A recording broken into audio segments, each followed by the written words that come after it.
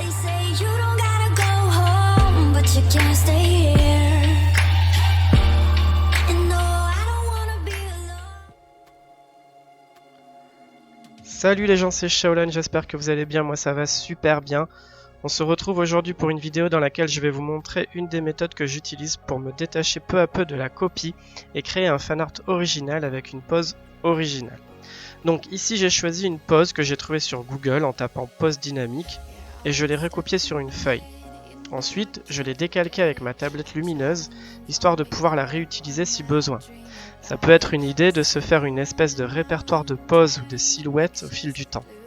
Bref, maintenant que j'ai mon personnage, eh bien je l'habille en quelque sorte en Jiren, puisque c'est le personnage que j'ai choisi aujourd'hui.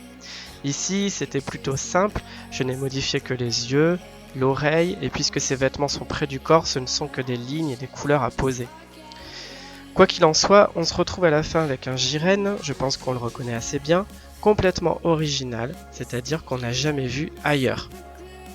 Voilà, vous connaissez maintenant une de mes astuces pour créer des fanarts quand on a peu de notions d'anatomie comme moi.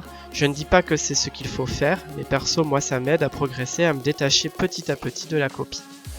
Bien sûr, à côté de ça, je teste d'autres techniques, notamment en traçant les traits de construction pour bien appréhender les proportions, etc.